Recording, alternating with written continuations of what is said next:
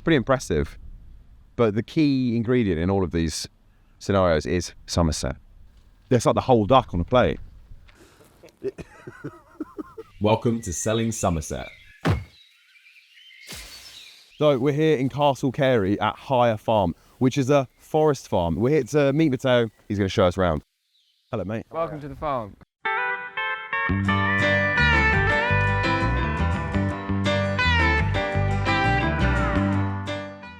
We have 2 polytunnels.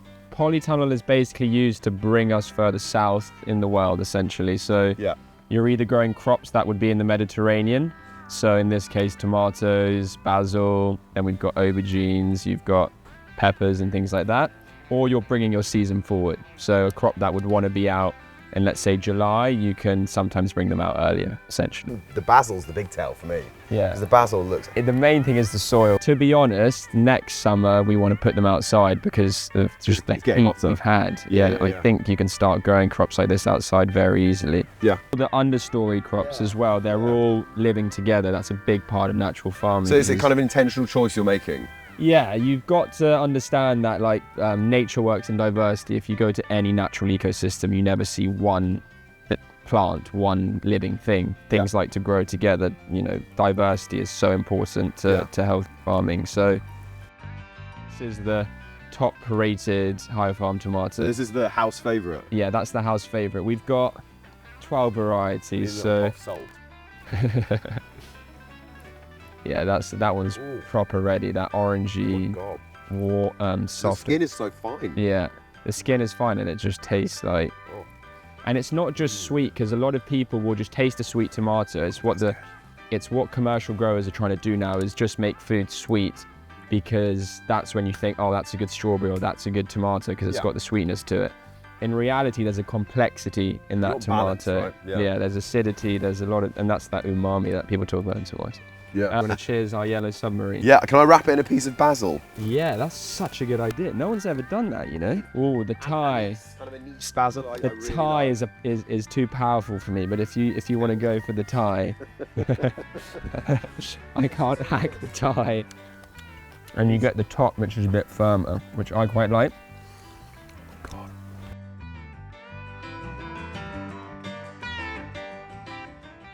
They're really young. Yeah, so you've only got one. But the vision here, right, is these will grow big. You get big canopies. We're actually going to put more trees in this winter. Yeah. The trees are essentially the most beneficial thing to the ecosystem, we believe, and that's why we call it forest farming, because we're inspired by the forest. And it kind of benefits everything from all the stuff that we can't see. So mycorrhiza is the interaction between mushrooms and plants. So underneath here, we've got mycelium networks connecting all of our trees and our plants together. We're creating shade when it's really sunny. We're creating shelter from the wind. We're increasing our yields as well, because I've got, fruit trees growing inside. We're sequestering carbon. We're increasing biodiversity. So there's a benefit to the food. It becomes more nutritious, it becomes healthier, it becomes tastier, and there's a huge benefit to the environment. So the biodiversity increase of this forest garden alone, it's 10% a year, which is huge. Most farms decrease biodiversity, unfortunately. Industrial farming, we're increasing it. So it's a win-win. Yeah, So exactly. Reforesting and growing delicious food. Yeah, reforesting, growing delicious food, and reversing climate change, therefore. Yeah, right. It is a complex topic. I do think about this a lot, because people ask you, and you try and summarize it, because not everyone obviously knows much about food and farming. Yeah.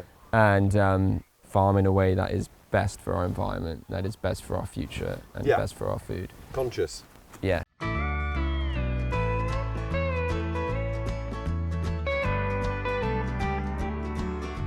People just don't have access to this kind of movement in food that's happening.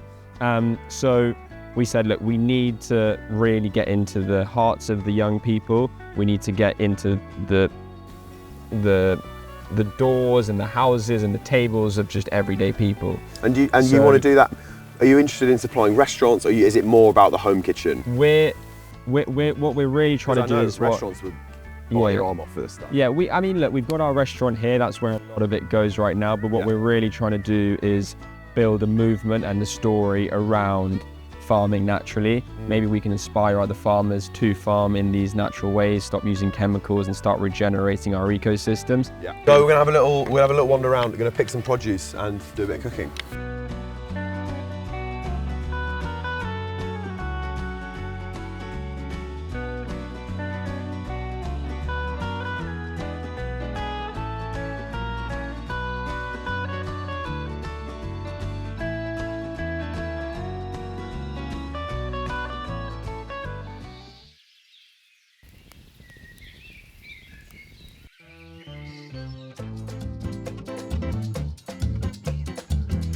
So we've got some lovely duck that they rear here on the farm. We're going to cook the breast and then they take the legs and all the trim and make a lovely duck sausage. So we're going to kind of slowly smoke the duck sausage, grill the breast, and then I've picked some kind of mixed beans. We've got runners, string, lovely kind of heritage purple bean, and then going to do some grilled courgettes and a nice orange honey mustard vinaigrette to bring it all together. And we're doing it all over the fire. Anna would be proud. Nice salty water. So before we get the duck going, although actually let's get the sausages on, because I'm going to put these on kind of not directly over the heat. They're just going to go just about here. These duck breasts haven't got a huge fat cap on them. Like if you got one at the supermarket, often there's a good kind of ½ inch of fat over the top. I'm just going to give these a little score, and we're going to get them into a cold pan just to render that fat cap out with salt, just salt.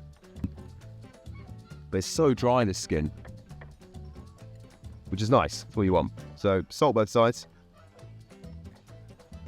Nice, rich, deep red color. And we're gonna get these straight into the pan. So if I put this straight over the fire, because there's quite a lot of fat in the duck, it will probably just burst into flames. So I'm gonna start these in a pan and then finish them over the fire for that smoke flavor. And you shouldn't hear a sizzle here because the pan, you want to start it pretty cool. So just a little gentle noise, and just press them down. Start rendering the fat. It smells great already. So we were down in the field there, in the forest farm, between the trees. Found some lovely beans. So we're just going to blanch these. Just take any kind of woody stem off. And then these long boys, I'm just going to take in half. And all of these beans have slightly different cooking times. So these runner beans are much coarser. So these are probably going to cook for a good kind of 3 or 4 minutes. Then I'll add the runner beans and then the heritage kind of purple beans at the end. While the duck is cooking, I'm going to add a couple of smashed garlic cloves to the pan. Just kind of start perfuming everything. You just hold, don't need to peel them. Little squash. I can go straight in. So we're cooking duck. The first goal number 1 is to get nice crispy skin. So if I flip this over, you can see just where we're kind of slowly rendering the fat and slowly crisping up the skin, you get this amazing kind of golden brown colour across the whole surface. This takes a little time, you don't want to rush it. If you rush it, you get the colour but you don't get the crisp. So once you've got the colour you like, you can then flip it and just let it hang out like the sausages here, just to one side, and the kind of radiant heat of the barbecue will slowly bring the temperature up and we'll get that nice kind of pink meat inside. So what we're going to do is cook the duck in the pan, and then we're going to build our dressing in the pan with the duck fat that's kind of infusing with garlic. It's going to be a good time. Cool, beans going in. So, duck skin is where we want it, nice and golden. So what I'm going to do now is whip them out and then just kind of slowly let them come up to temperature on the grill so we get a bit of smoke flavour on there. So the pan has done its work, and now what we're going to do, while these finish, the beans are cooking, we're going to build the dressing in the pan. Duck, honey, mustard, orange. Lovely flavours together. And I've got a nice amount of duck fat in this pan, which has been infusing with garlic. So what I'm going to do is now build a kind of warm dressing in the pan, which starts with the honey, because I kind of want to cook the honey a bit. This is a nice raw honey. So 2 tablespoons of that. And we're going to bring this to a boil and kind of reduce it. We want it to kind of take on a slightly, almost like you would sugar and caramel. We want it to get a little bit bitter. What the fuck is that? That's going. Smell that? Ooh. It's worth. That's what we want. So now you're basically, so we're making this caramel, we need to kind of deglaze it, and I'm going to use orange juice. straight in.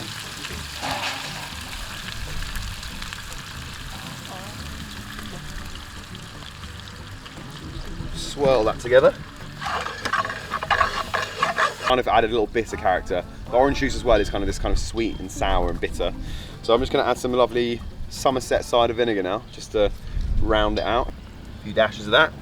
I quite like the texture of the seeds of this, the grains. And just bring that together. And it's kind of like a pan, it's like somewhere between a pan sauce and a kind of warm dressing, because this is going to dress the whole dish. The best way to approach cooking something like this is to find really lovely things like this duck, like these beans, and just do as little as humanly possible to them. With just a really simple preparation will yield the best results. So I mean, this is about as complex as it's going to get, this dressing. Really easy, it's like 5 minutes. These can actually, what I'm going to do is take these duck breasts and just rest them in this sauce. Drain the beans. I'm not even going to cook these because this is I cut this about 20 minutes ago and it's so fresh. I'm just going to eat them raw, so I'm just going to dress them. Take the little blossom off, stuff that with ricotta, deep fry it. Can't do that over a fire, so we're not going to do that. Save that for later, and then just cut these into nice little coins like that, and that is delicious. They're like juicy, grassy, lovely texture. I'm just going to make some nice little coins. Nice warm beans. And now what I'm going to do is just pick in some of these herbs from the field. So we've got this amazing anise fennel, which is an incredible flavour with duck. And this is pretty punchy, I don't need loads of it. So I'm just going to pick in a few, they're kind of like tendrils. They're going straight in. We'll make this kind of warm salad. We've got parsley, flat leaf parsley. Also got some of this amazing purple holy basil, Thai basil, which again is really packed with that anise kind of licorice flavour. Very good with duck. So a few of these leaves, these are also just gorgeous. Lovely colour. I'm just going to dress with lemon juice and olive oil. Maybe my favourite dressing of all time. Simple, delicious. So it's herbs, lots of floral, anise, fragrant herbs, sweet beans, raw courgettes. So we've got the sausage. I want to try this duck sausage, never had that before. Oh, it does look really good. Just pink in the middle. So they put a little bit of pork fat through it because the duck legs are, because I think you take the skin off, duck legs are actually quite lean inside. So they've added a bit of pork fat, some spices. Really juicy. Wow.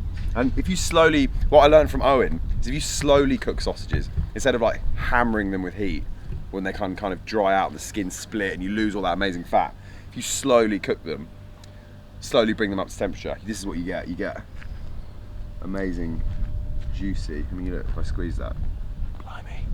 You getting that? Can you see that? Yeah, cool.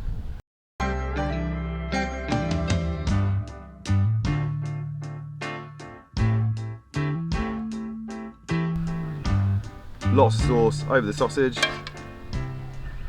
and then a little bit over the breast as well.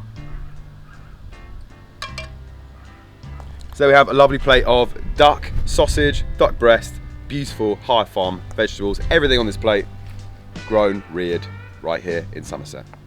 Stunning. They're sticky and sweet. Oh, they're great. The sausages are wicked.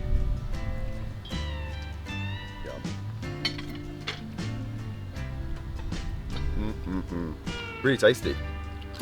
Duck and beans. So it's an amazing plate of food, and it's really representative of the kind of abundance of Somerset. For me, represents kind of what I've been experiencing over the past few days. Somerset is an amazing little corner of the country, full of incredible people, incredible produce. It's rich, it's generous, and above all, it's delicious. Come to Somerset? Come to Somerset.